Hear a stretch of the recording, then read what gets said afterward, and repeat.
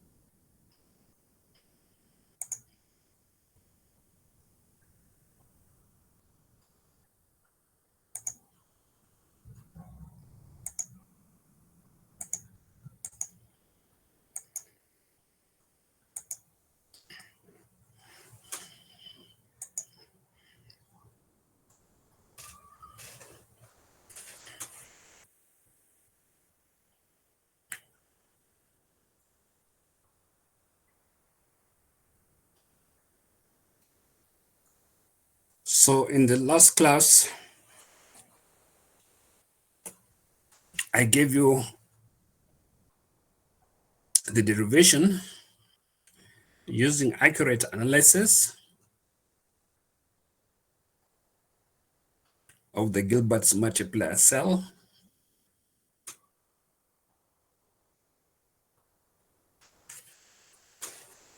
And we got this result over here that V naught is minus RL IEE tan hyperbolic V2 by 2 VT into tan hyperbolic V1 divided by 2 VT.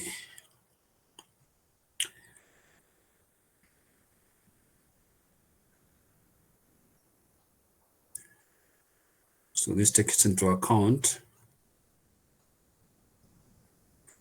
various values of GM as V1 and V2 varies.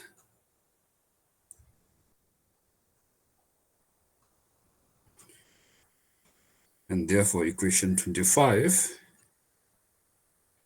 is the input-output relationship of a Gilbert's multiplier cell.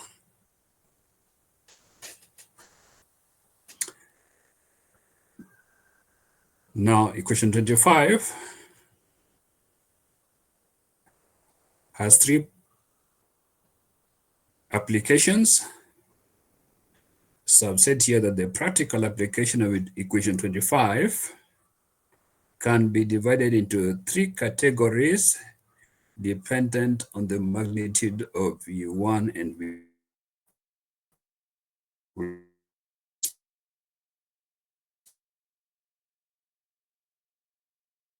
V2.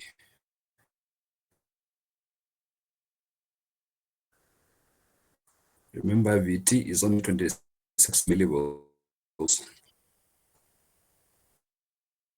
So in case one over here, we have V1 and V2 are less than V.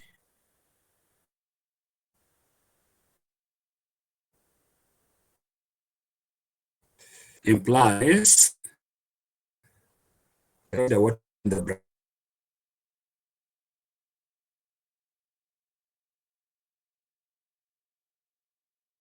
VT. So I'll just express whatever is inside the brackets.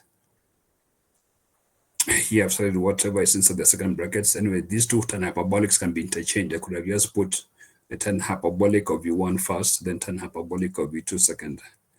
So this implies that 1/2 V1 over VT is less than 1.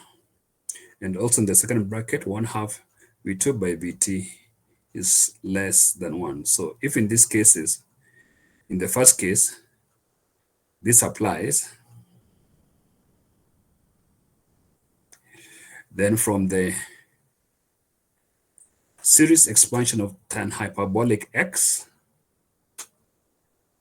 I've only typed the first two terms, but if you want to look at the whole expansion, I've written the whole expansion in red over here on the right.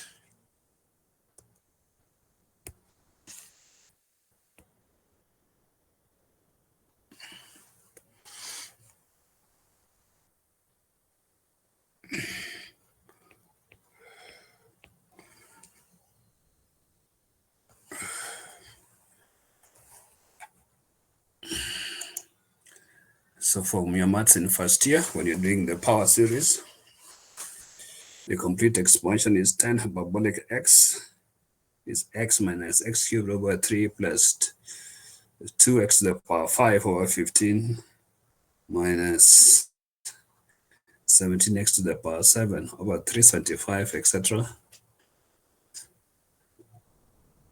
Now, since the ratio is less than 1,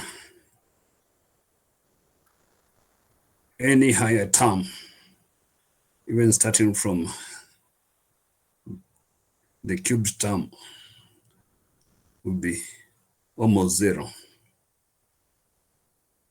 So tan hyperbolic x is just equal to x. So I've said here that from the series expansion of hyperbolic tan x, I've only typed 3 of them, implies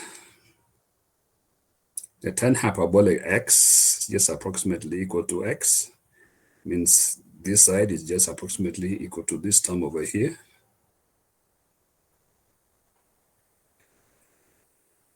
And therefore, in the first term, x is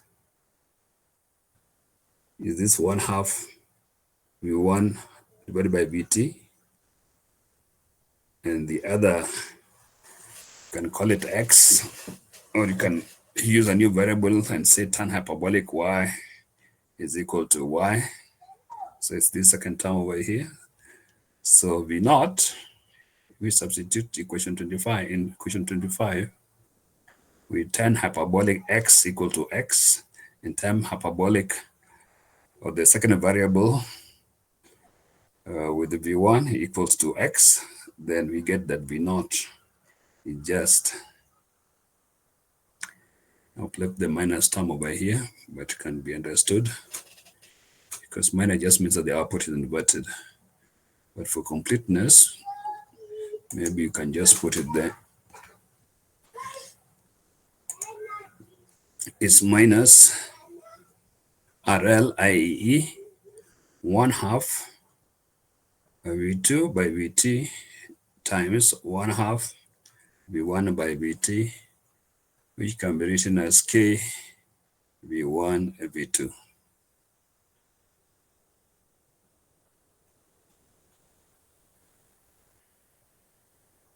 So this is case 1. So case 1 is a very special case where V1, you can say divided by 2 VT is less than 1. Now, since VT is 26 millivolts, 2 VT will be about 50 millivolts. So this will apply to cases where V1 and V2 are less than 50 millivolts, which is not very useful for a practical multiplier. If you want to multiply light signals. For signals like those in communication receivers and transceivers, it's okay, you can apply it. But if you want to multiply 5 volts times 10 volts, then this condition here is not satisfied. So that is our case 1. Now, case 2 over here, When V1 and V2 are greater than Vt, then the output is given as 25. Means you got to use the whole of this equation, and there's no simplification. When V1 greater than 2Vt, then, or greater than Vt, then the output is given as equation 25. And two schemes can be used to ensure that the output of the multiplier is still a product of V1 and V2. Number one is to use, or A is to use emitter degeneration resistance in the lower differential amplifier to increase its linear output.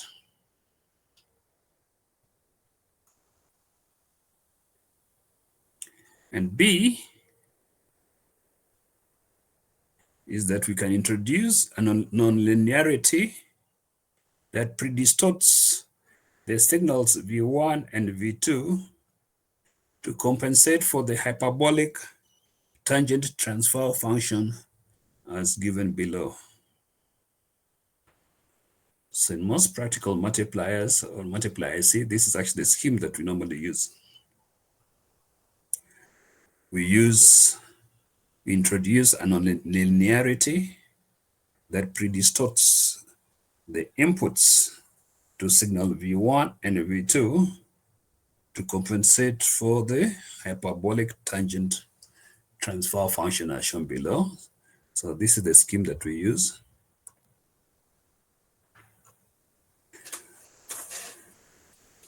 So over here, we've got our Gilbert multiplier cell. This is our Gilbert multiplier cell. And instead of applying the signals V1 and V2, or sometimes we are calling it Vx and Vy, we apply it through, because now we know that the output is a hyperbolic turn function. So we put a hyperbolic inverse turn function before introducing our signal V1. So we get V1 dash at the output to apply it to the top differential amplifiers. Then we use also another hyperbolic inverse transfer function circuit before we introduce V2. So that V2 dash, which we apply directly to our bottom transistors, which are in our old notation, we're calling them Q5 and Q6. So this is the scheme which is normally adopted to most of the IC manufacturers. So this circuit is called a predistortion circuit. This hyperbolic inverse function circuit is normally called a predistortion circuit or a preconditioning circuit. So let's show the analysis of one such circuit and show that it can produce a hyperbolic inverse transfer function, and then that can be connected to our normal Gilbert cell, and then we obtain the complete transfer function of the Gilbert multiplier cell and the precondition circuit, and look at what we get at the output.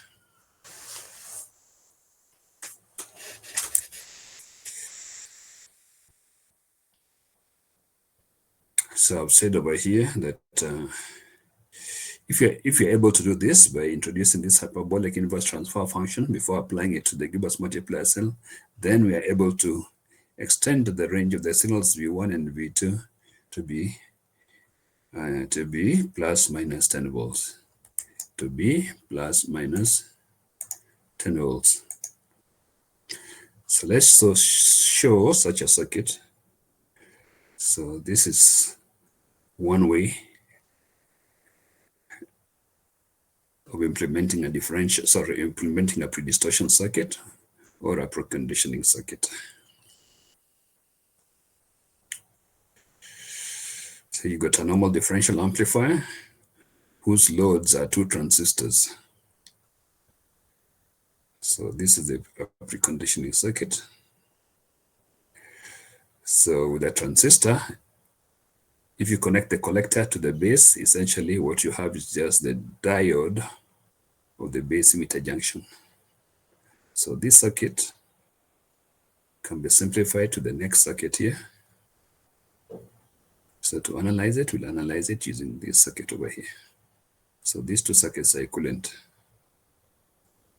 So let's find out what is the output voltage of this circuit with respect to the input voltage V1, and show that the output is a hyperbolic inverse transfer function.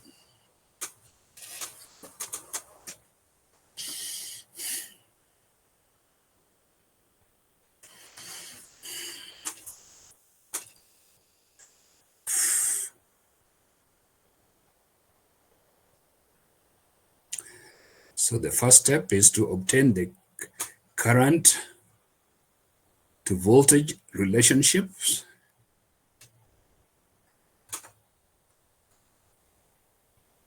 for the differential amplifier connected in this manner. So we have resistances RE. Now please note, in the early analysis, there are 2 ways of connecting this circuit. You can either have an RE in this form, or you could have the type we had earlier. Remember the other analysis we had earlier? I'll just draw it on the side over here.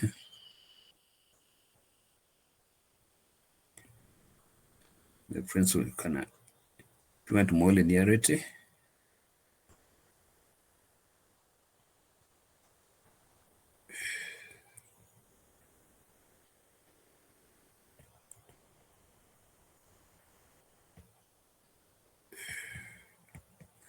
And this one we are calling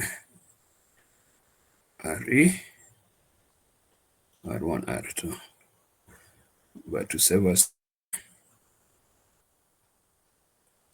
I will just use this circuit, but now we know how to analyze both the circuits. So I'll just consider this one, which is the same as this one. So let's get the voltage, the collector relationship between the collector currents and the voltage V1. So if I apply KVL to the input loop of Q1 and Q2, we can start at the base of Q1.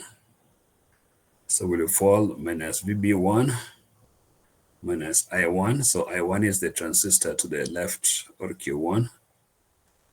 Then plus RE into I2 plus VB2 is equal to 0. So that's how we get this first equation. So we'll just simplify it.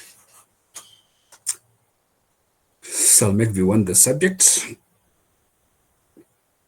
The things which were negative on equation 1, on the left hand side of equation 1 becomes positive. So I1 becomes positive, I2 becomes negative, VB1 becomes positive, VB2 becomes negative. So you get equation 2.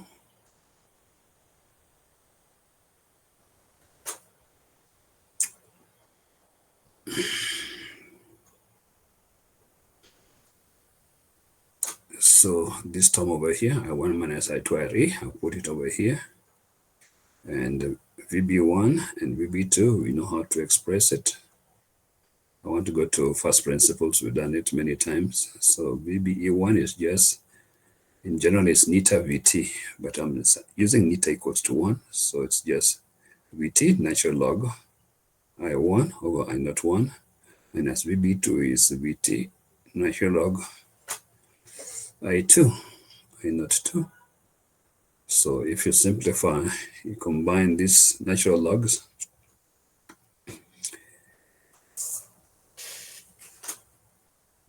you'll get equation of 4. Vt natural log I1 divided by I2 plus I1 minus I2 into Re. And then we'll say that since this term over here, Vt natural log I1 by I2,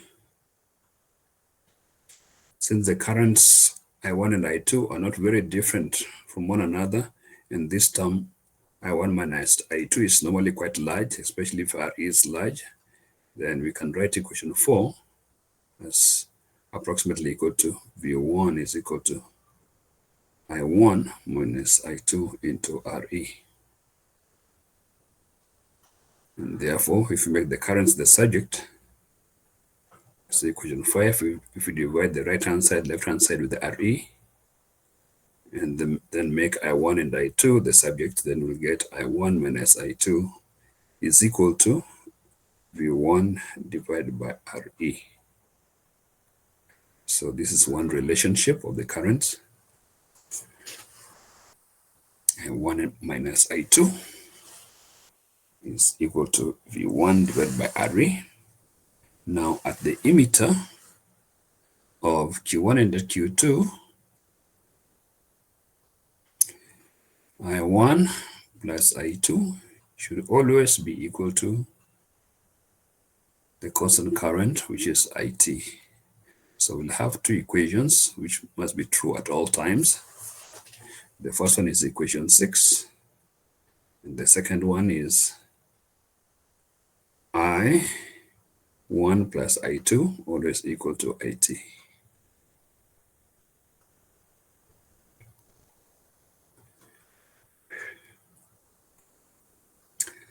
Now these are two simultaneous equations. Let me write this equation 6 here so that when I change the page, it's still visible.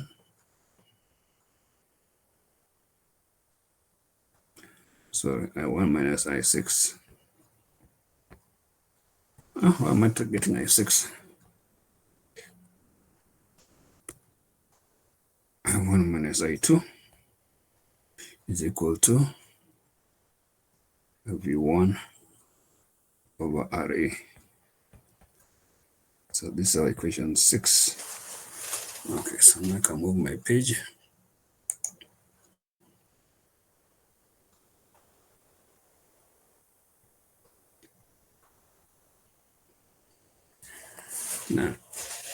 Now what I've written, normally what I write on the right-hand side over here is sometimes to make life easy for you guys, because typing takes a lot of time. And if I take a shortcut, I jump from one equation to the other without you understanding. So anyway, we got two simultaneous equations. Equation 6, which is I1 minus I2, is V1 divided by Re. And the second simultaneous equation, the differential amplifier, is that at the emitter, I1 plus I2 is always equal to IT, which is I total. Now let's solve 6 and 7 in I1. So to solve 6 and 7, we'll first of all solve it in I1. So I can start with the easy equation, which is equation 7. Equation 7 says I1 plus I2 is IT. So if I'm to solve it in I1, I've got to express I2 in terms of I1. So that is what I've done in this one here, in what I've written in red over here. Because I1 minus I2 from 6 is V1 over Ra, and therefore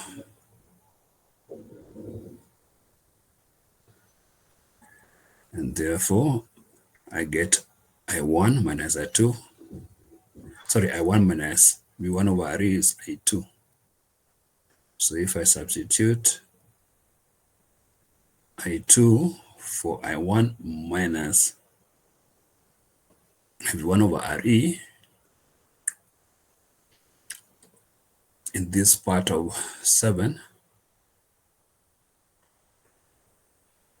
So instead of I2, I'll use this one over here. Then 7 will become what I've written over here. So you'll get I1 plus I1 minus V1 over RA is equal to IT. So I1 plus I1 will be 2I1. And then this minus V1 over RE, take it to the right-hand side, you'll get positive V1 over RE. So you'll get 2I1 is equal to IT plus V1 over RE. Or I1 is 1/2 IT plus V1 over RE. Or I can bring the half into the brackets. I get I1 can be written as IT over 2 plus V1 over RE. So that is how I get this equation over here. Once I get this equation, let's call it 9b.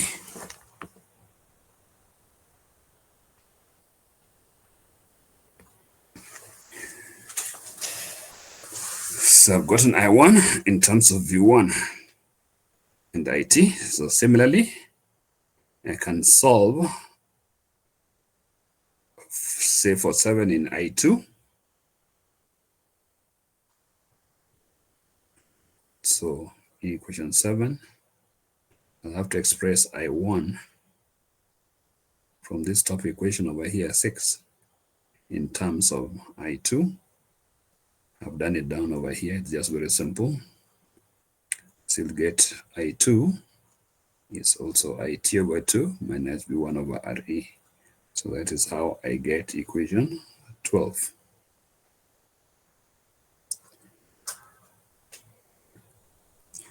That's how I get equation 12. So we've got an I1. In terms of V1, we've got an I2. In terms of V1. Now let's consider the output circuit. The output of our circuit is V0. So if you go to our circuit over here,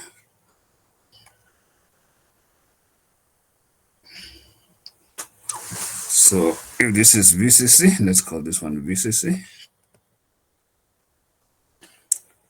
So V0, I'm using here this side positive, maybe this side negative. So VCC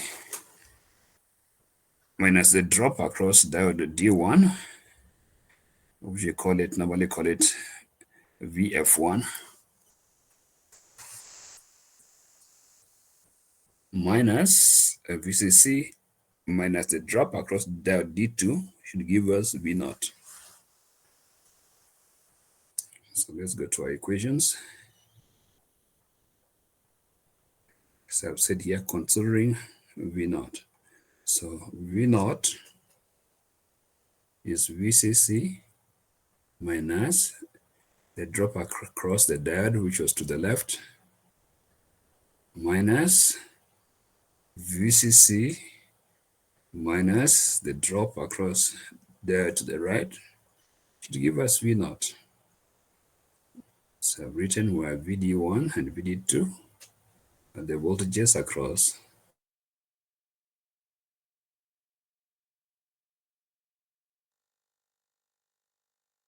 diodes D1 and D2. So if you open the bracket, CCs will cancel. Then you get minus VD1 plus VD2, and that's what we get in 13. So I'll just rearrange it and put it in the form of VD2 minus VD1.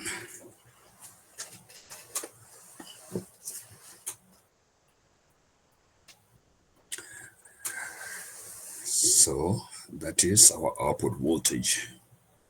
It's a drop across the two diodes. So we've got to find out what is this drop across these two diodes.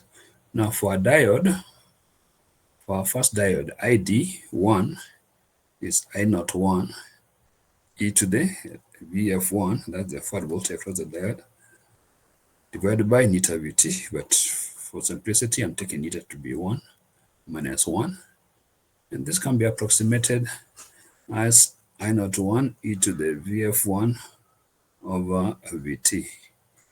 And similarly, ID2 will be I naught 2 e to the VF2 over VT. Now, if we divide ID1 by ID2, you get this. ID1 by ID2, and it will be I naught 1, I naught 2, e to the VD1 minus VD2, all divided by VT. Now, for matched diodes, I naught 1 is equal to I naught 2. So we can write it as ID1 by divided by ID2 is e to the VD1 minus VD2 all divided by VT. And if I take natural logs of left-hand side and right-hand side of 17, I'll get natural log ID1 divided by ID2 will be equal to VD1 minus VD2 divided by VT.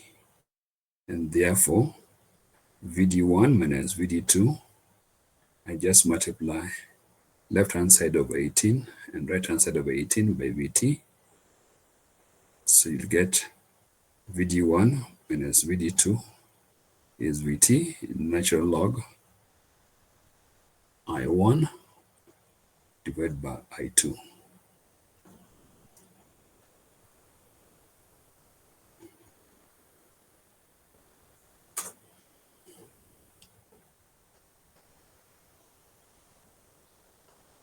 Now, let's look at 19 more closely.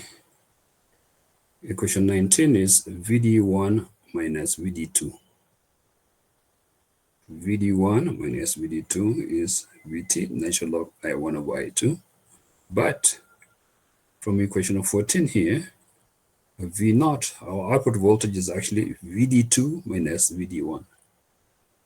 Our output voltage is actually VD2 minus VD1 from equation 14. You can call it maybe 14b. But equation 19, we've got the expression in terms of VD1 minus VD2. So VD1 minus VD2 is not V0, but it's minus V0. So we can write that minus V0 is equal to VT natural log I1 divided by I2. Now let's substitute the values of I1 and I2 that we got from 9 and 12. Let's go to 9 and 12. Actually, it's 9b here. I1 was IT by 2 plus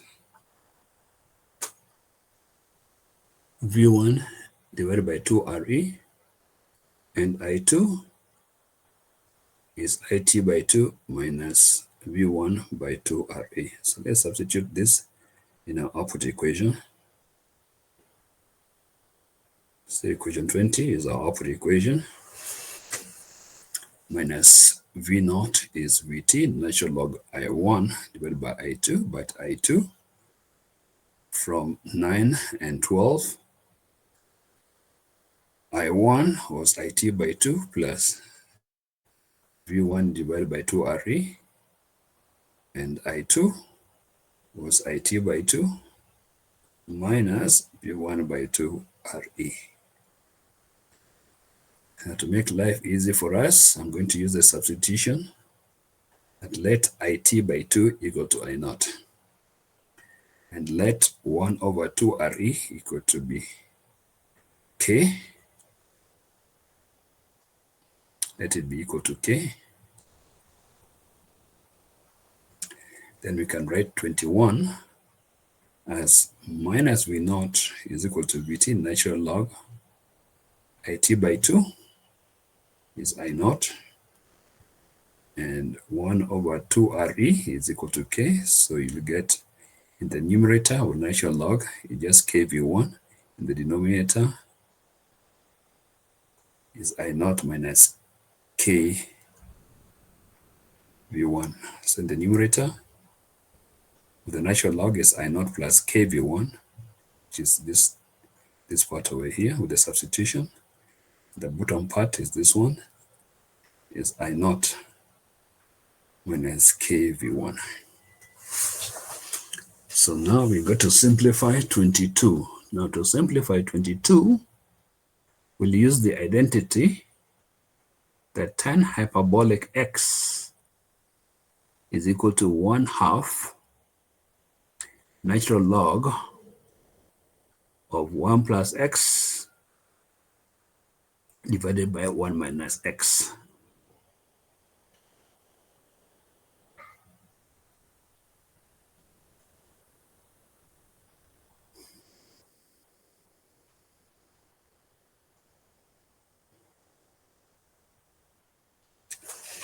Let me just rub this to make it easy for everybody. Let me just rub this first.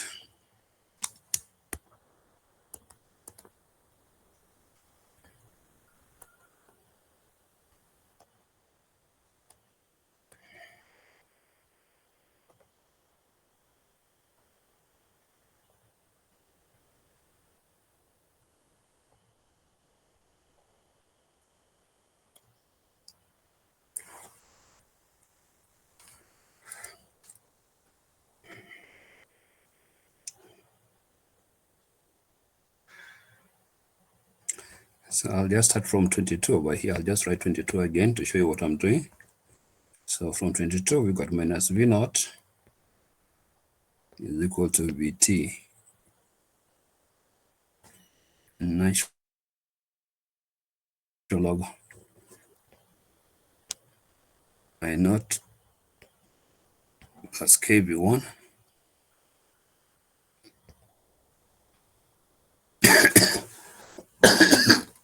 over I naught, excuse me, minus kv1. This is our 22.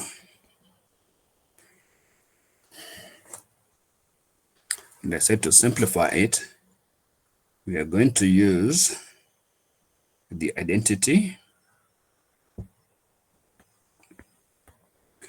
that tan hyperbolic inverse of x is given by 1/2 natural log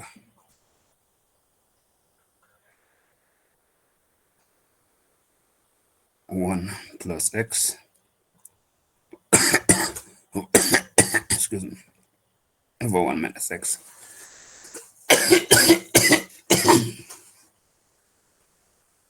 And this is our 23.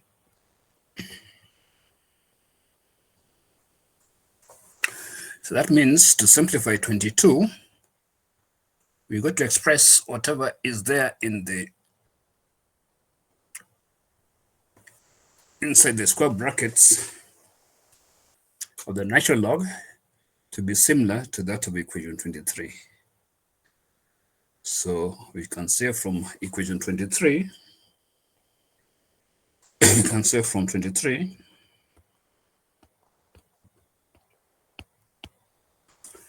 to make the bracket similar, or the bracket similar, we divide what is inside the natural log by I naught first.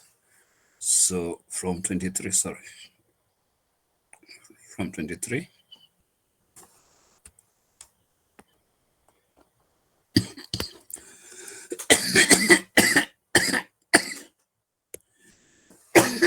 excuse me.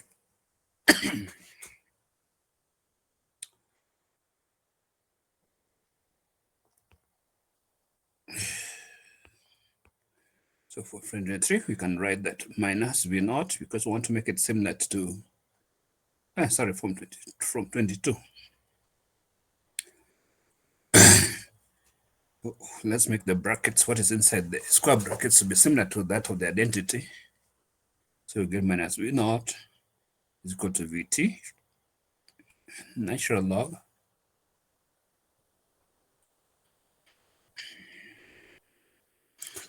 So I'll divide 22, the top part, by I naught. So I'll get 1 plus KV1 over I naught. And also the denominator, I divide by I naught, I get 1.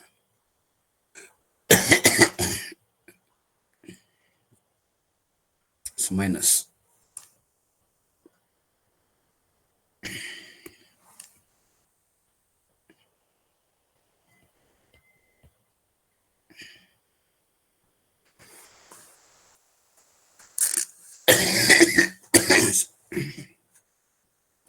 So at least we made the inside part of the bracket with the natural log of 22 to be similar to that of 23.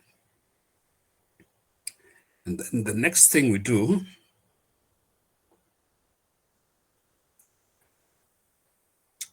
is we divide. So let's call this one 24. So the next thing we do is divide right-hand side, left-hand side of 24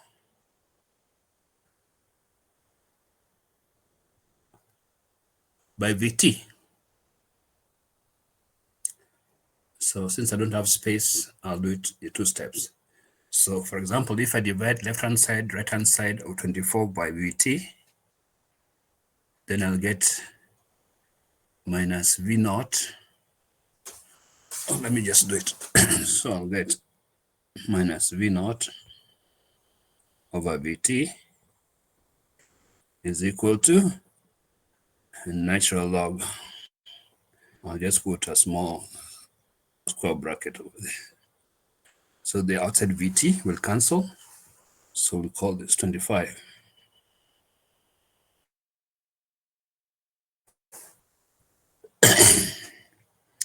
And then I've got to make it again once in the form of 23. So next I'll multiply left-hand side, right-hand side of 25 by a half. So if I do that, I'll get minus V naught by 2 VT is equal to 1/2 natural log 1 plus KV1 over I naught, all divided by 1 minus KV1 over I naught.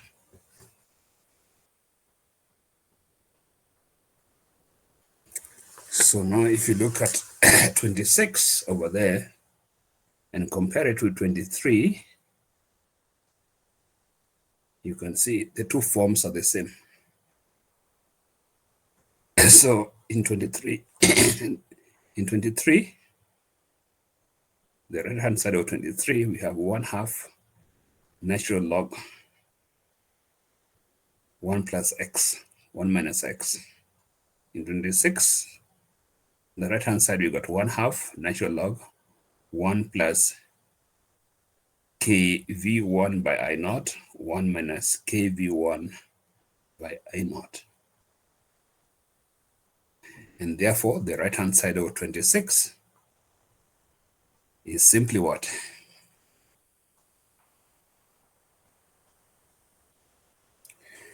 So,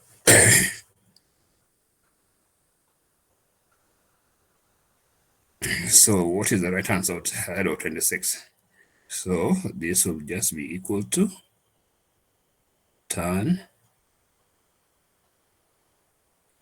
hyperbolic inverse instead of x. It is actually kv1 divided by I naught. So the right-hand side of 26, if you look at 23 and 26, instead of x, in 23 you have kv1 by I naught. The rest of the equation is the same. And from 23, that is equal to 10 hyperbolic inverse x. So this tells me that 26 is the same as 10 hyperbolic kV1 by I naught. And this is equal to minus V naught by 2 VT. And therefore, you can say that V naught or minus V naught is equal to 2 VT tan hyperbolic inverse kV1 by I naught. And that is what I've got in my typed equation over here. That's what I've got in my typed equation over here. Of course, to show you the steps, for me, this will now be 28. So what does that mean? It means that that circuit arrangement that we've just shown for an input V1, it gives us an output which is a hyperbolic tan inverse function of the input voltage V1, of course multiplied by the scalar 2VT.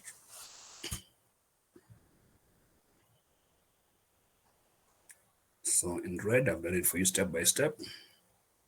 To save in typing, sometimes I skip some steps, but we arrive at the same answer.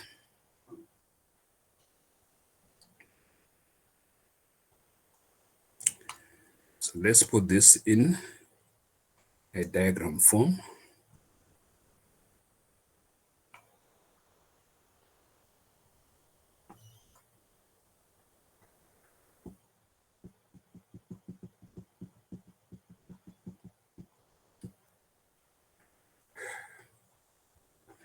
So in black over here,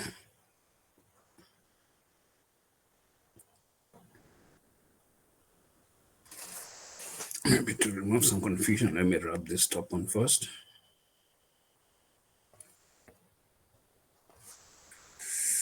You can leave the substitutions. So what we've just shown over here is that if my input is V1, I pass it through the circuit we just analyzed, which is called a preconditioning circuit. The output voltage will be 2 VT tan hyperbolic inverse K V1 by I naught 1, where I naught was I total by 2 and K was 1 over 2 RE.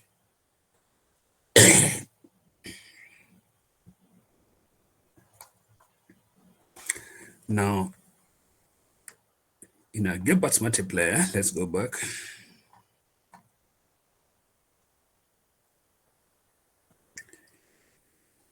In our Gilbert's multiplier, we normally have 2 of these preconditioning circuits or 2 of these pre-distortion circuits. So our first voltage V1, or sometimes we call it Vx. Now, in analysis, we are calling it, say, Vx, and V2, we are calling it Vy. So this is the circuit we just analyzed, so we need 2 of them. So our first signal V1 will go through the tan hyperbolic circuit to give you an output, say, V1 dash, and this V1 dash is then that goes to the top differential amplifiers. And then our signal V2 will also go to another pre-distortion circuit, and this will go to our signal V2, will give us an output V2 dash, and then go to our second differential amplifier, which we are calling Q5 and Q6.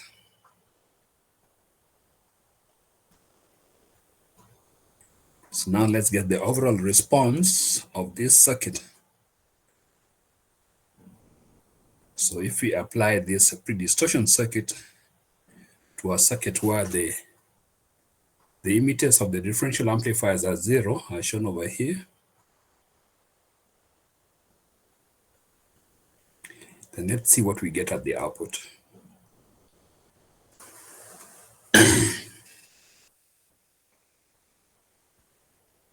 Now, basically what we are going to do in this circuit over here, we had already gotten V naught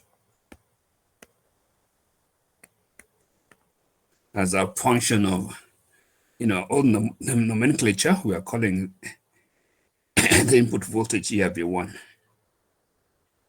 Earlier in the early analysis, we are calling this voltage V1 and we are calling this voltage V2. But now, once you put the pre-distortion circuit,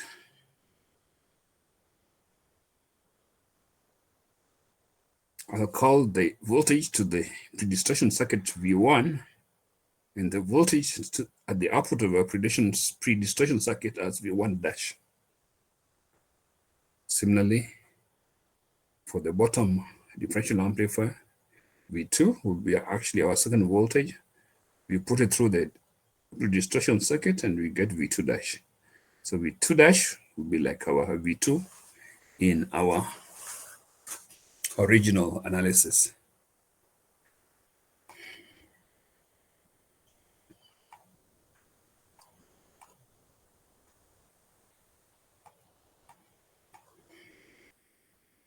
So here I've just shown the diagram of one pre-distortion circuit, but actually there's supposed to be two.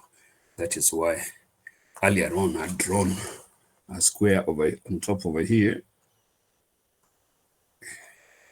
and put a signal V2.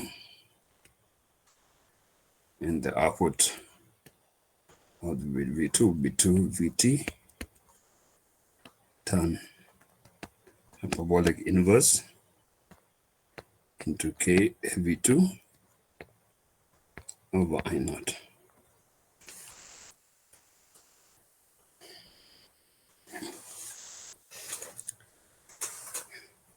So I've said thus, if two such circuits are applied to the Gilbert multiplier where RE is equal to 0. So this RE is different. This RE is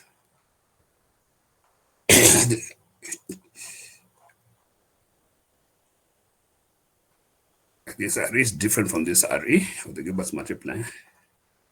This RE here, this Gilbert multiplier, there's no RE. There's no RE over here. That's what I mean. And we'll analyze for that circuit.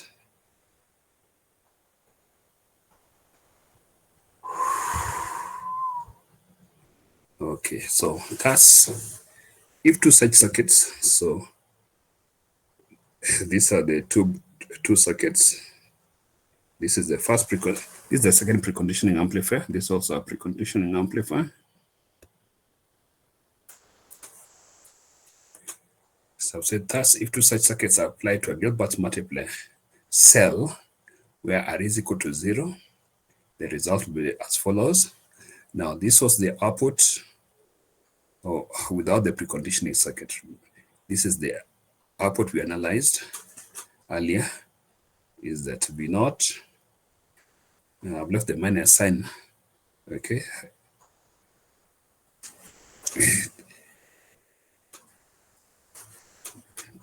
But it doesn't matter, the minus sign just means which side you're taking as the positive of your differential amplifier. But if you want to include it, you can still include it. This is what I mean. Let's go to the analysis. Let's see.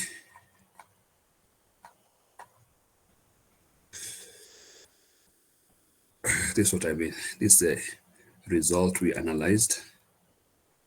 So this equation 25, you can write it as minus V naught is equal to RE into RL into 10 hyperbolic inverse, etc., etc. That's what I mean. So if you want us to include it, I can include it, no problem. So if we need to include it, we can include it, no problem.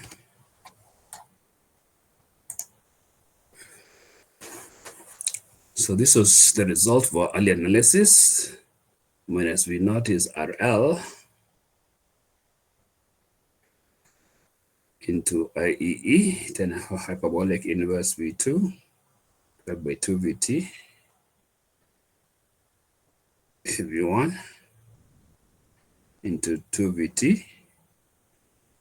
But now I've written V2 dash. Now the dash is because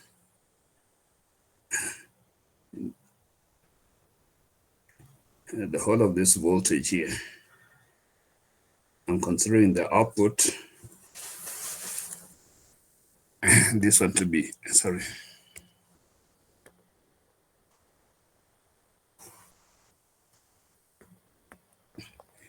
This I'm considering to be my V2 dash. And this I'm considering to be my my V1 dash.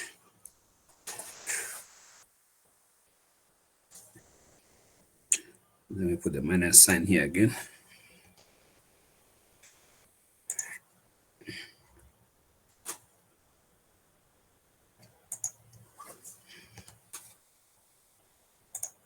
The minus just means in the output circuit, if this is your output circuit, the output of your cell, I was considering this side positive, this side negative. If I consider this side negative and this side positive, then instead of minus, I'll get positive. Or also, this output normally is not taken out over here. We normally send it through the difference amplifier. So we normally take the output here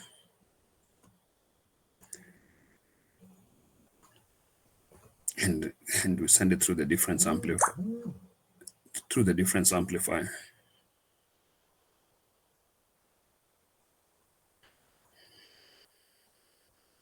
So that you can get the output with respect to 0. So the overall output is normally like that.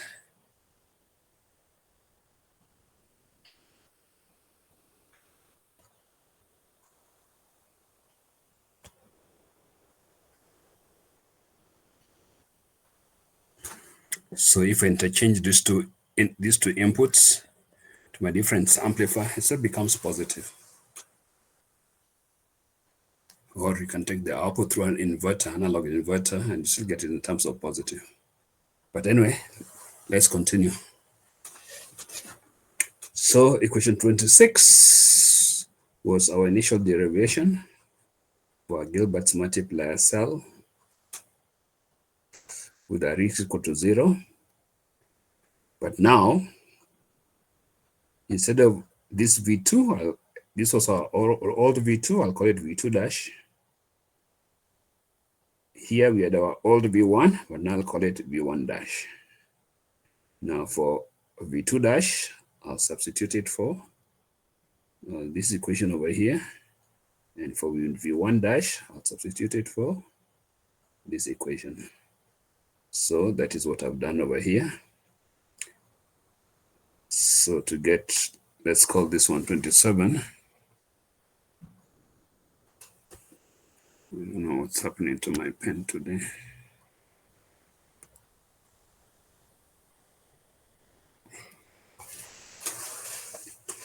Sin 27 is just the same as 26. All I have done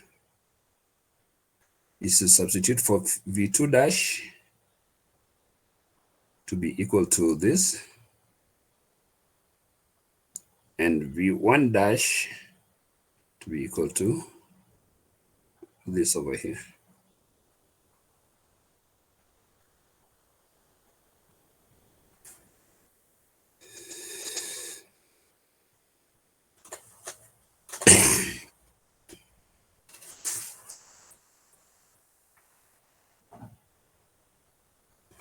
So if you do that,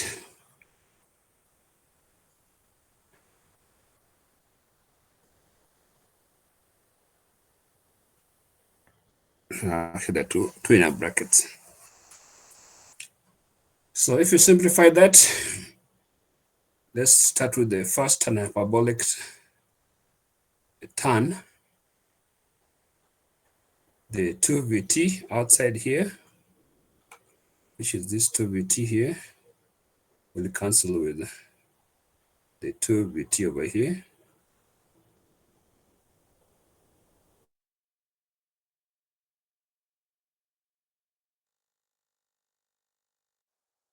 So in this first square hyperbolic inverse, k v2 by I naught, and therefore, if we start at the beginning of this squiggly bracket, tan inverse into tan hyperbolic inverse k v naught, which is this first term over here, and similarly tan hyperbolic of tan hyperbolic inverse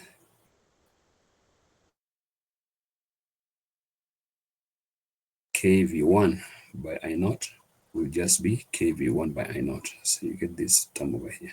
And therefore, we can write that minus v2 is RL, IEE, k v2 by I naught into k v1 by I naught, where this case here, this one's here, k is equal to 1 over 2 RE, where this RE is of the preconditioning circuit, and I naught is equal to IT by 2. Remember, these are for the preconditioning circuit, not for the differential. These are for the preconditioning circuit.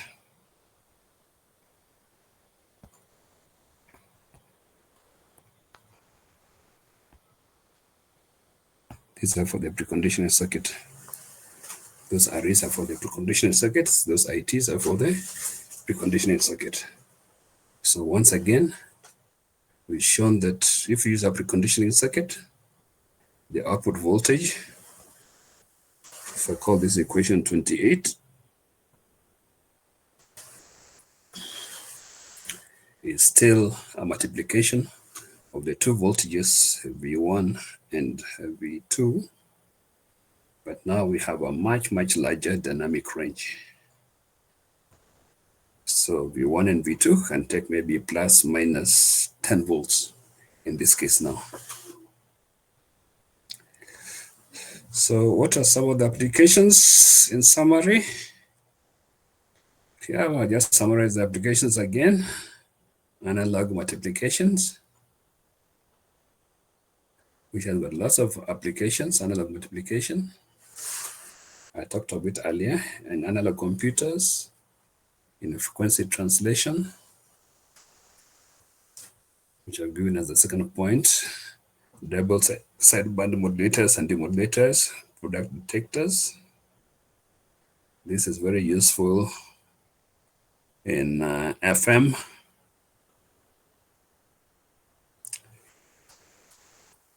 In FM detection. And also, if you here you don't do TV engineering, but if you study TV engineering like us, you find that when you want to transmit color, you got to give the primary colors, red, green, and the blue, with their own subcarriers. And then you mix that one with the main carrier so that it can be transmitted. So the way we do that is to put the color information and use a product detector. Then on the receiving end, again, you need a product detector to recover the various primary colors. It's also used in frequency doubling, phase detectors. Phase detectors are useful in things like modems, given FM modulation, demodulation, narrowband, modulation, demodulation, narrowband phase, modulation, demodulation. So narrowbands are normally used when you want to conserve frequency spectrum. If the frequency spectrum is being used by many people,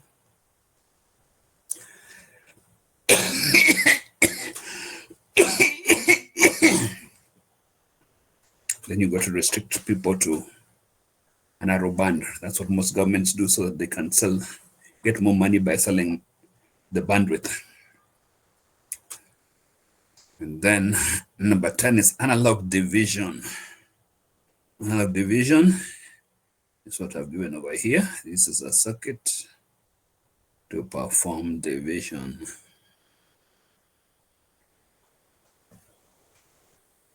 It's an analog computer. If you want to perform division, this is the circuit that would use to perform division of two voltages.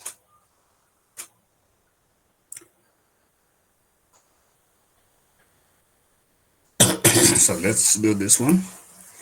You can get your pen. And let's do it, the simple circuit. So this is your multiplier. The X is not in the middle. It's your analog multiplier. So you got an op-amp and an analog amplifier. So the voltage at this point at the output, let's call it V double dash. So V double dash, if I write it here, V naught double dash will be equal to what? It will be equal to V naught into Vy. Vy is up here. And this voltage will send a current, say I1. And this I1 will have to flow through this way. So this point is a virtual earth.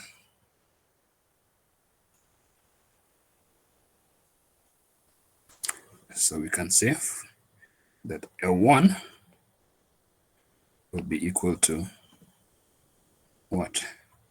Will be equal to V naught double dash divided by R,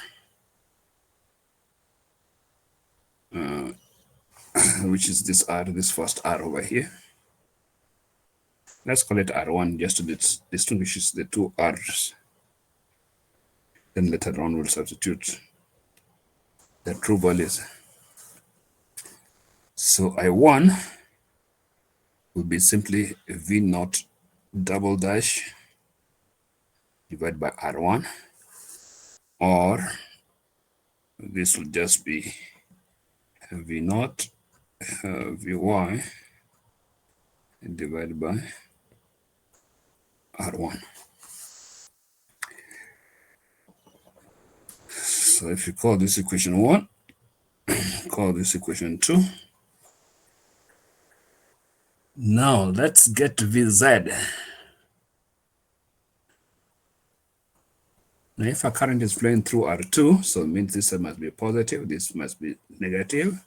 So we can say that minus Vz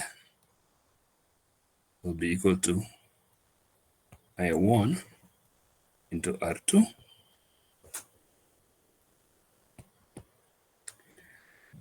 But what is I1? I1 from 2. Instead of I1, we can write it as V naught Vy by R1 to R2. And then let R1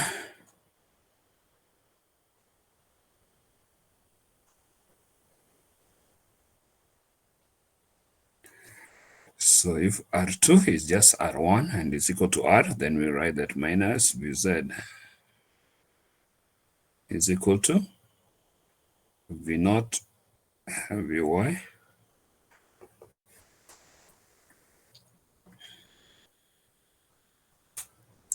or we can write minus Vz over Vy is equal to V naught. So the minus Vz shows that this circuit will only work if Vz is negative. Current must flow in that direction shown in the circuit over here. So if you want to divide two variables, You can use this circuit, but ensure that Vz is a negative potential. And the output will be minus Vz. The output will actually be positive, but the only thing is that for this circuit to work, the current I1 must flow in the direction shown at the input. So the output is just Vz divided by Vy, but Vz must make the current flow in the direction given. So here, this is a simple application of that.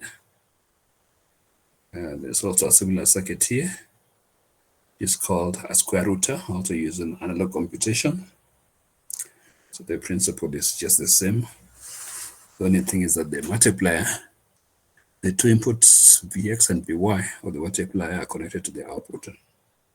So once again, if we call this voltage here, say V0 double dash, so in this case V0 double dash will be V0 squared. And if we call this current going to the virtual earth as I1, I1 will be just V0 squared divided by Rf as the feedback resistance. And this current I1 will go to the virtual earth, but with the same current that will come over here. So we can write that minus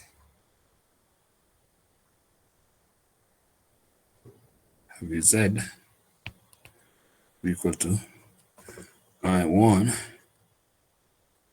into R, where this is the input R. So minus Vz is equal to, instead of I1, I can write it as V0 squared over Rf into R.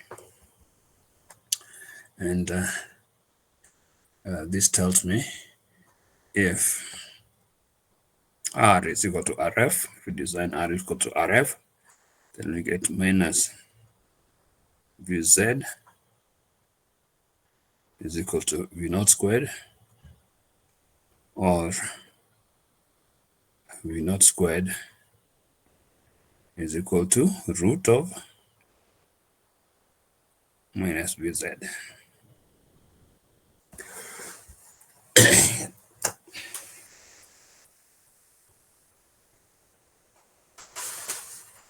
So once again, the minus sign there, minus Vz, means that the value of what you want to get its square root must ensure that the current is flowing in that direction of I1. So you got to put a negative voltage, and then you get the square root of that voltage to be positive. Now I'll leave these other ones for you to do. These simple circuits over here, how to get the mean square and also root mean square. You can design a circuit to do the root mean square by yourself. The root of the mean of the square to learn basic computing. So with this, we'll come to the end of this section. Is there any questions on this? Because a question always comes in exams and over here, and a very few students do it right. So you can see from your lab notes, the people who wrote those books, you're using the lab notes, and they're actually not done justice to what they're writing.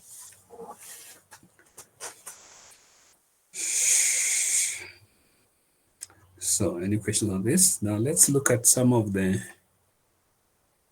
practical circuits.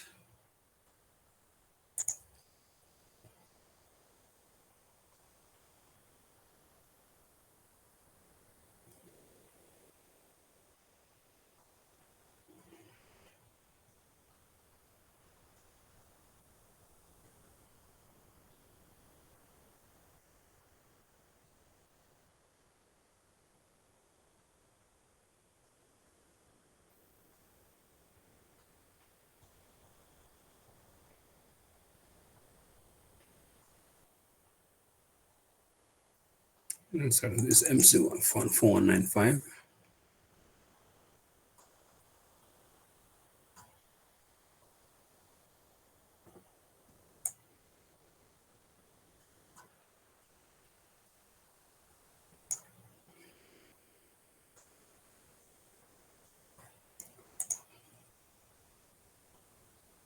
I think I posted it to you, so go and study this circuit.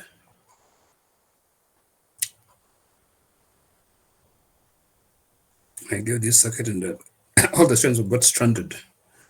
And we've done it in class.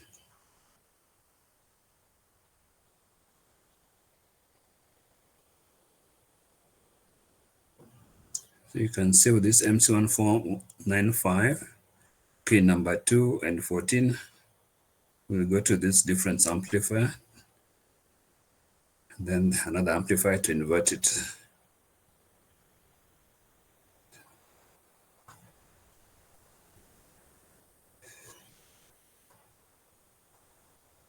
So let's watch out for pin number 2, number 14, and also pin number 5, pin number 6, 1 and 10. Okay, so here's the circuit.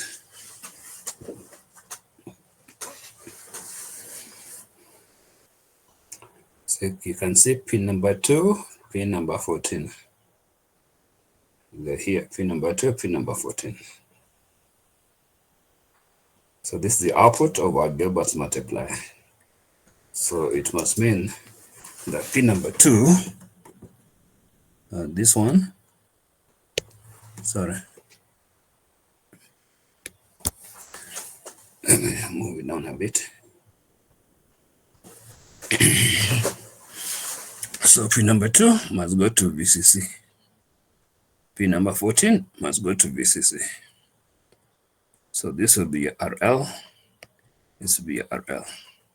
So this is your VCC. Okay. And in the application circuit, if you look at it, you see pin number 2 here. It's going to 3K. Pin number 14 is also going to 3K. These are the resistors just for null offsetting. This op amp over here, MC1741. So this op amp is to make the output with respect to 0. And if it's inverted, we can invert it again. Can invert it again so that it's positive. Okay, and let's see now pin number. Let's see what's pin number 1. Pin number 1. Pin number 1 is here. It's going to the. So this will also go to VCC. So pin number 1. This is what we studied today. And this is what we studied today. This is our preconditioning circuit. So for them, they're just using diodes instead of using the base emitter junction diode. And you see what they've done over here. This is your preconditioning circuit. So they're using a Darlington. They're using a Darlington. So Moses, can you tell us the difference between a Darlington and a normal transistor? When should we use a Darlington and when should we use a single transistor? CR Moses.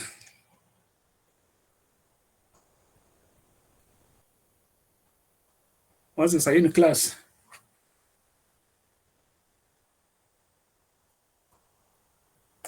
So you people, you just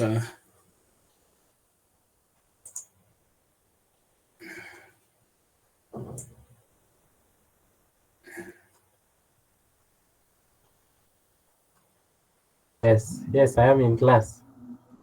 You're not in class. How come it's taking you an hour to reply my question? The difference between I'm in class. I'm trying to. You're trying to? Get a Darlington. When do you use a Darlington and when do you use a single transistor? Sorry? What's the advantage of a Darlington over a single transistor?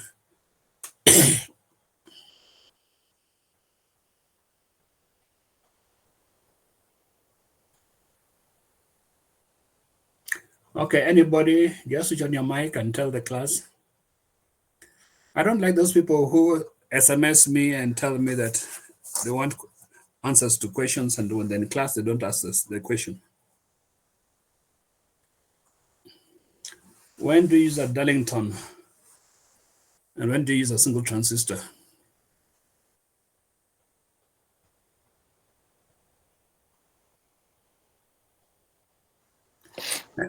Anybody? I think when we need like double the gain of a single transistor, like we'll get finally double the gain as opposed to just a single transistor. Yeah. And what's the advantage of doubling the gain?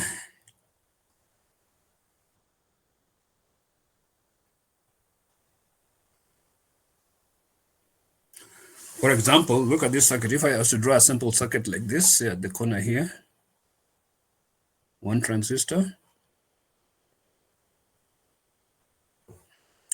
with an emitter resistance, say Re, and let's assume beta is 200, and another person uses a Darlington, two same transistors.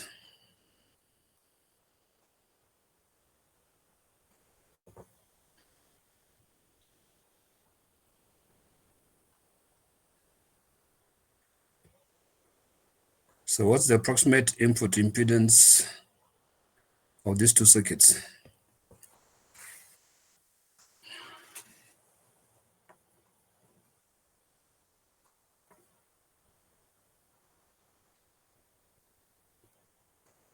What's the approximate input impedance of the, let's call this top one figure A, one transistor, and figure B, or two transistors?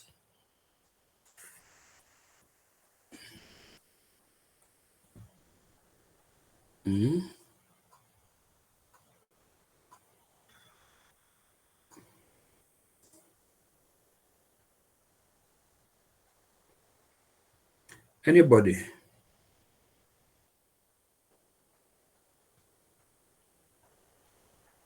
You've forgotten all the electronics you studied in third year?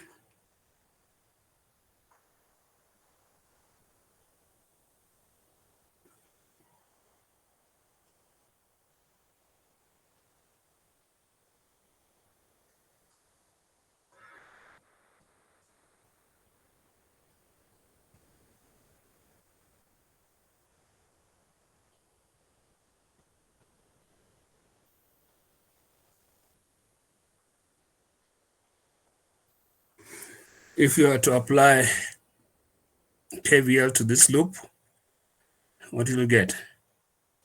You'll get IC plus IB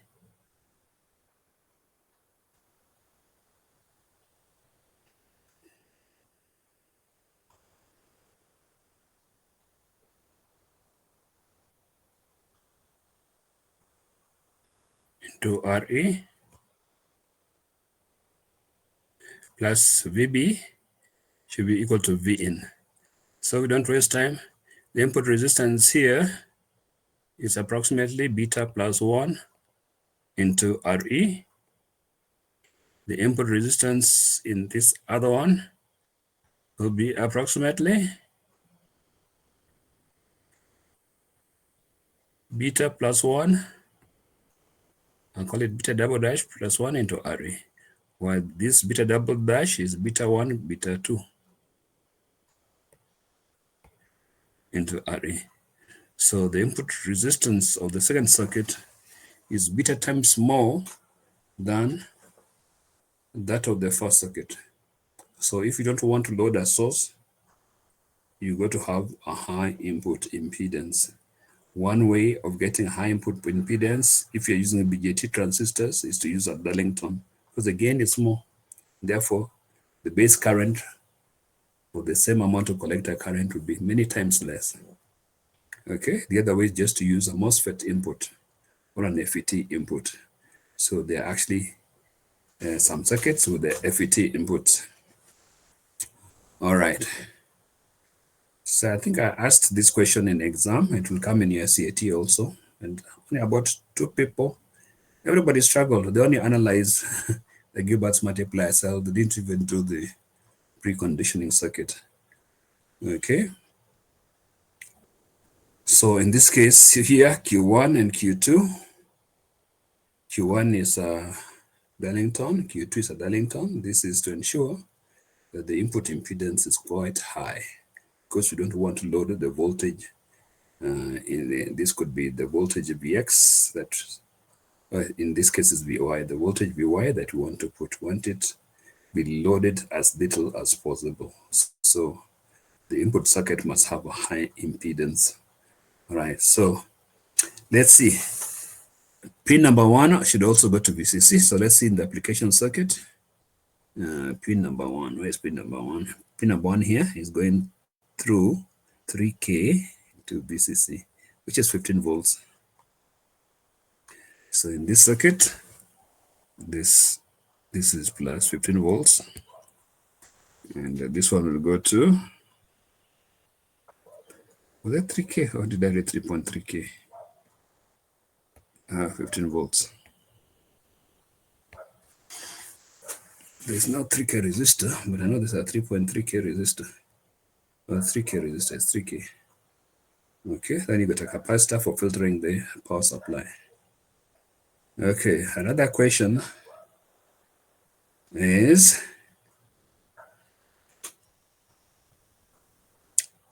what is the current source? We've been using current IT. For this circuit over here, what is IT? Let's look at this pin number 3. Pin number 3 here goes to bias these two constant current sources. And there's pin number 13 here goes to bias these constant current sources. And then, so we're going to look out for pin number 13, pin number 3. Let's look for those ones first in the application circuit. Pin number 3 is here. It goes to 13K with a variable. So you can change it up slightly. So it's 13K with a variable of about 5K. So let's see if it's in the middle, maybe let's use 2.5. So 13K, approximately 2.5, pin number 3. So this is pin number 3 here.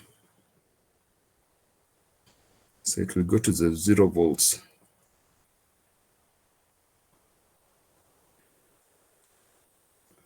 Uh, 2.5K and 13. And then,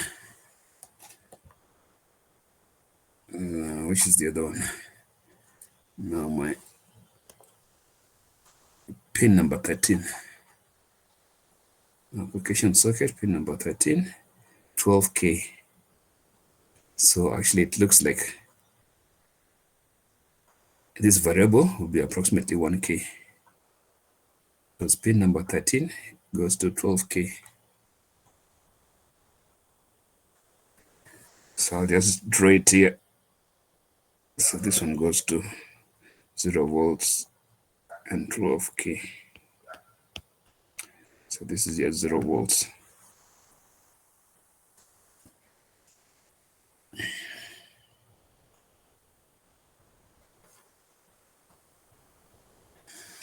Okay, so another question I normally ask is,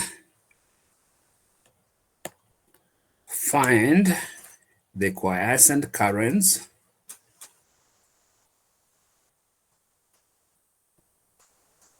in the transistors of the Gilbert multiplier cell and the preconditioning circuit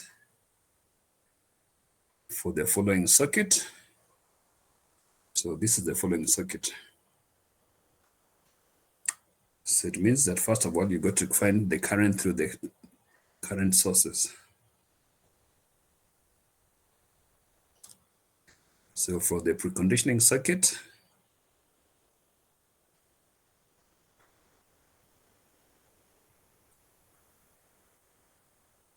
if I use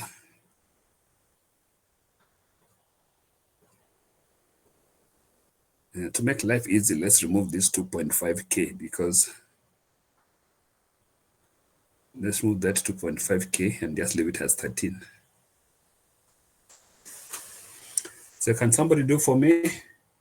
I want Maingi, Masi, Marigu,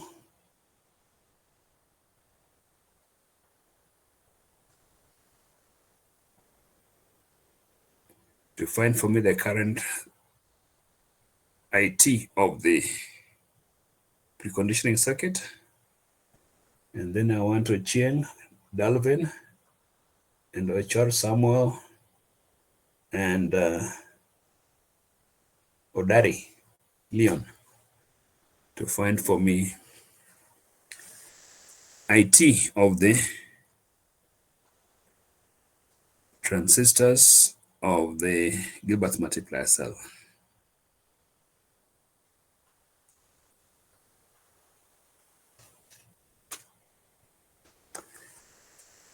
When my pen is charging.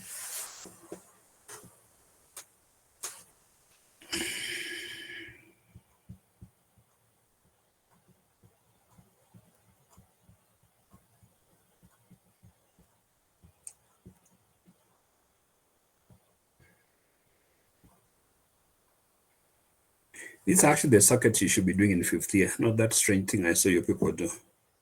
That is for third year.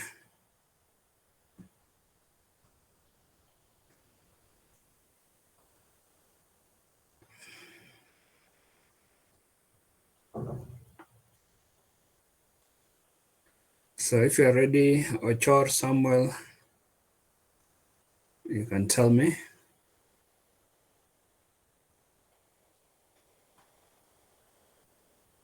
Could you kindly share the formula for calculating IT? Because I've been trying to follow. The formula for calculating IT, I thought we did it in class. We had done it earlier on for the practical circuit, but it's just staring at you. You're supposed to be an electronics engineer in another 6 months, so.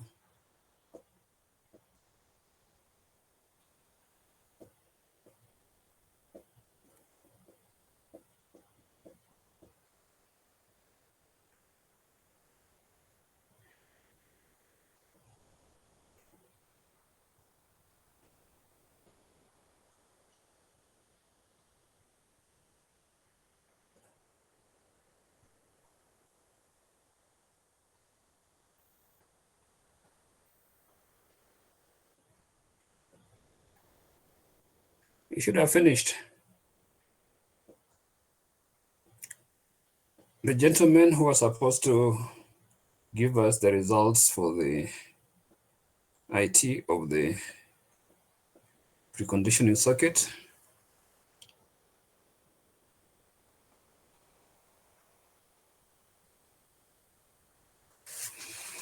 Okay, let's do it. So this question will come in the CAT, but I want to give you this exact circuit because you should not be spoon-fed. Okay, let me rub all this.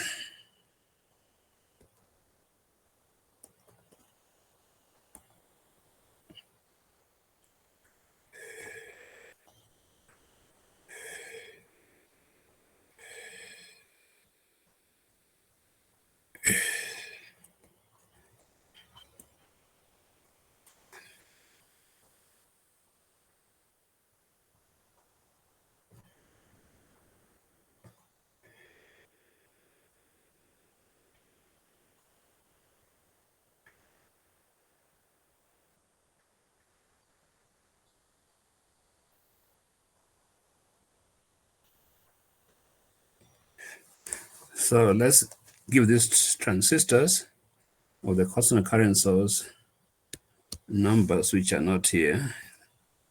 They're ending in Q8. So let's call this one Q9, and this one Q10, and this one Q11, and this one Q12. So you can see that the bases of the two transistors are connected together of Q9 and Q10. Okay, so if you have to simplify the circuits going to the bases, we can normally withdraw those circuits like this.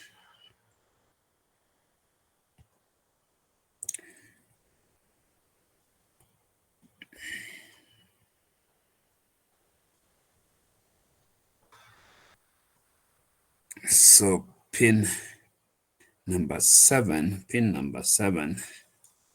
I think it's going to minus 15 volts. Let's see. Yes, minus 15 volts.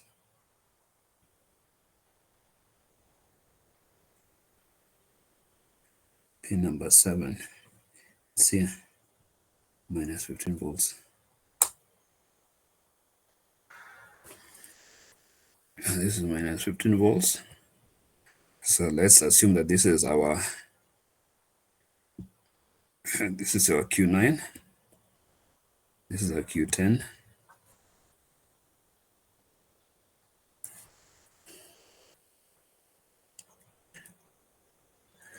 So if you've got two constant current sources, the current here, we are calling it IT by 2. IT by 2. And then we've got this base resistor of 500 through a diode. So you got a diode, then 500 ohms.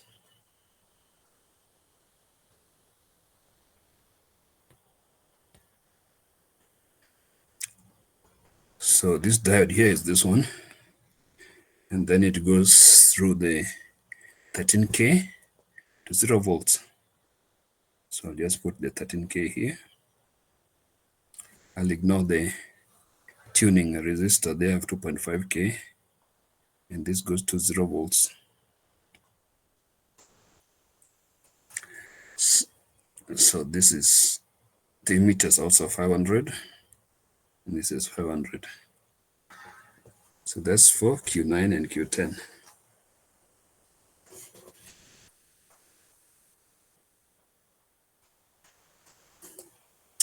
So what is the function of the diode? This diode over here. What is the function of the diode? The diode is there for temperature stability.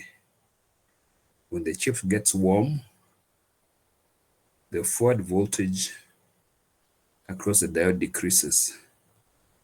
And since that diode is fabricated in the same chip as the transistors Q9 and Q10, the diodes of the base emitter junctions of Q9 and Q10 will have similar characteristics to that of the diode. So it will decrease the biasing of the transistor Q9 and Q10, and therefore maintain the constant current source voltage current to be constant. So let's find out what is the constant current source voltage. So when I'm given a circuit like this, I know the potential between the 0 volts and the minus 15 volts is 15. So you can look at this circuit this way. You can look at this circuit say that you can consider this minus 15 to be a reference, which I'll call 0. And then this point over here, our 0 will be 15 volts, because I'm considering the drop, the total drop between the 0 volts and the minus 15 is actually 15 volts. So if I use this as my reference for calculations only, this 0 volts and the ground is positive 15 with respect to the 0 volts. Then the current in this circuit dropping, the current flowing over here, this I will be equal to, this current I will be equal to what? I will be equal to 15 volts minus, for the transistor, I normally take 0.6 volts for low current. 0.6 volts divided by the total resistance inside the circuit, which will be 13.5.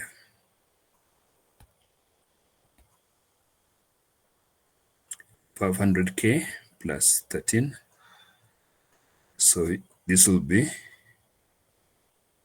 equal to 15 minus 0.6 is 14.4 divide by 13.5. Okay. And if you have your calculator,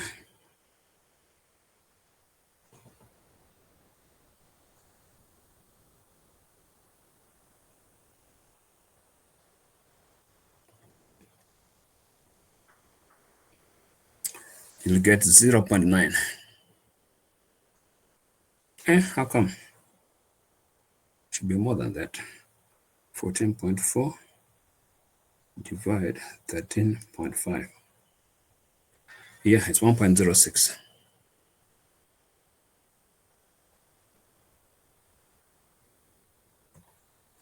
So the current I that is flowing through our circuit, through the 13K, through the diode, through the 500 ohms, is 1.60 milliamps. And therefore, the base voltage of Q9 will be the drop across the 500 ohms. That's a drop across the diode. So let the drop across the 500 ohms will be 1.06 milliamps times 0.5K, which is 0.53 volts. That's 0.6 volts. This is 1.13 volts. So the voltage at the base over here is 1.13 volts with respect to the minus 15 line when used as your reference. And therefore, the emitter voltage of Q9 here, we just subtract by 0.6. So this will be 0.53 volts. And therefore, the current over here will be 0.53 volts. 0.53 divided by 0.5. Sorry, 0.53 divided by 0.5.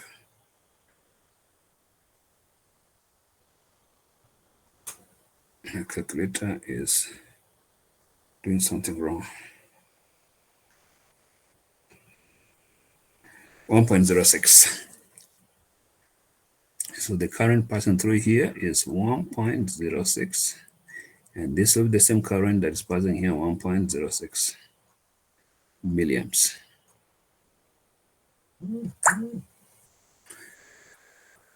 So I've gotten the current that is passing through here, which is 1.06 milliamps. And since the current mirror, this is 1.056 milliamps.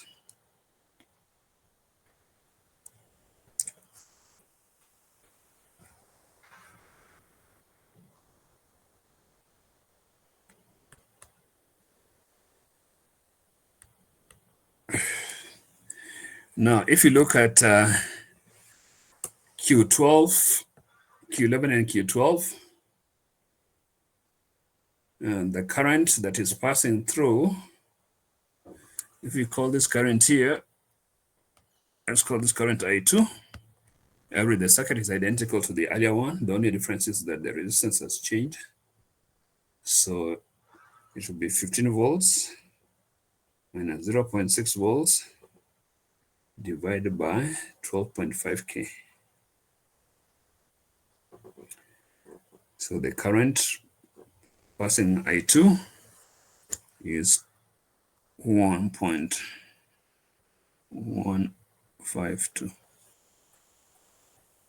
And therefore, the base voltage will be 500 millivolts. Sorry, 500 ohms times 1.52. Sorry, 1.152. 1.152 times 0.5K. So plus 0.6. So the voltage at the base of Q11, you'll get it as 1.176. And therefore the emitter voltage, just subtract 0.6 and then divide it by 0.5K.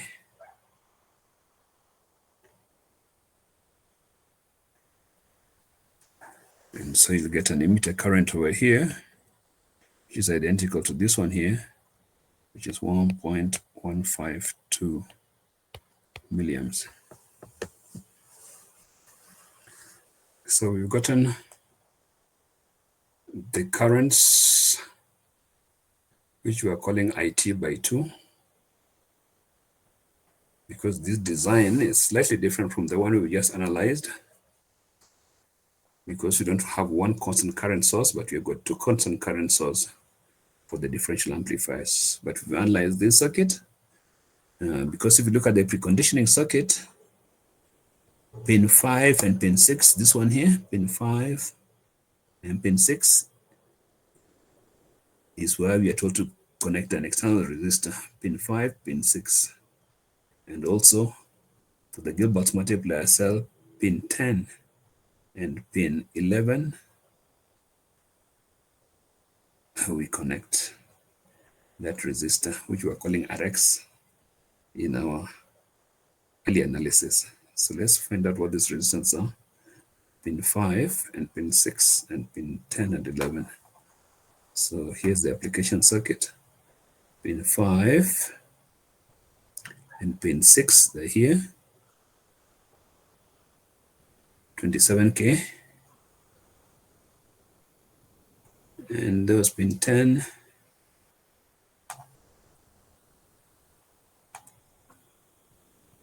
is there a mistake? Pin 10 and pin 11. Where's pin 11 in the circuit? I can only see pin 1. I can't see pin 10. And there's an error, because the resistance at Y is pin 10 at 1. I can't see any pin 1. Oh, there's pin 1 here. But this pin 1, so there are two pin 1. So there's a typing error here. So it should be pin 10, and according to this circuit over here, it should be pin 10 and pin 11. So there's a typing error. So this should be pin 11 here.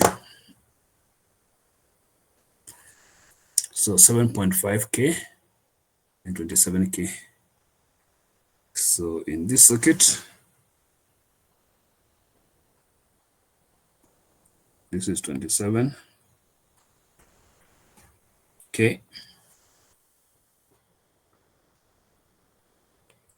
7.5K.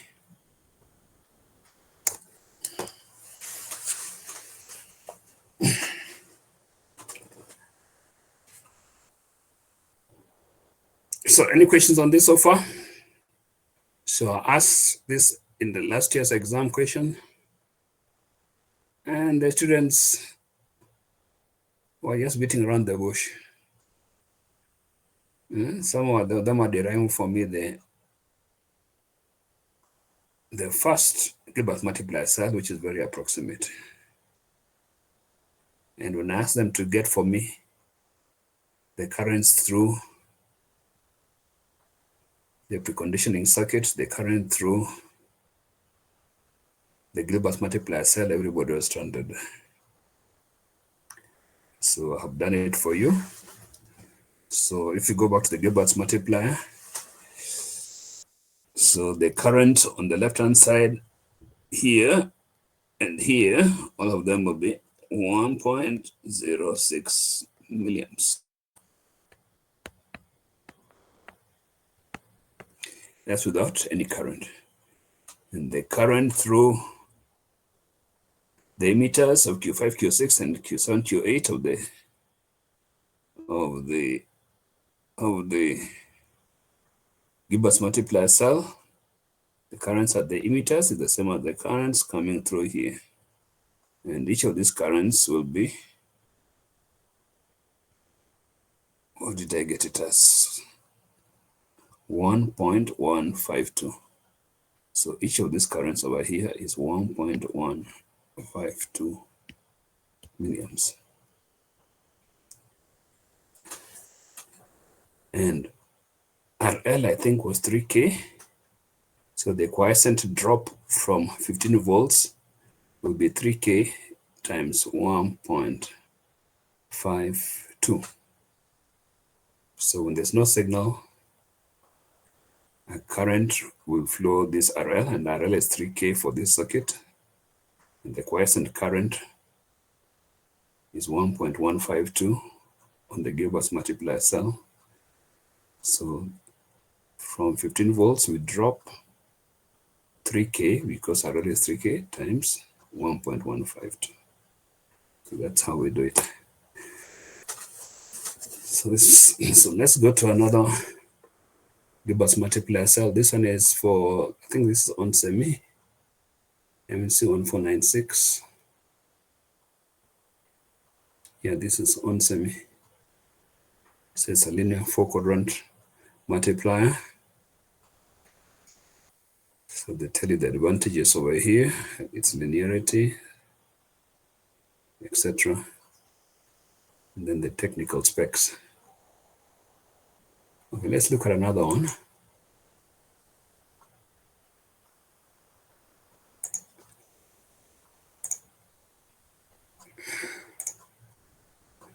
Why does it not want me to leave this?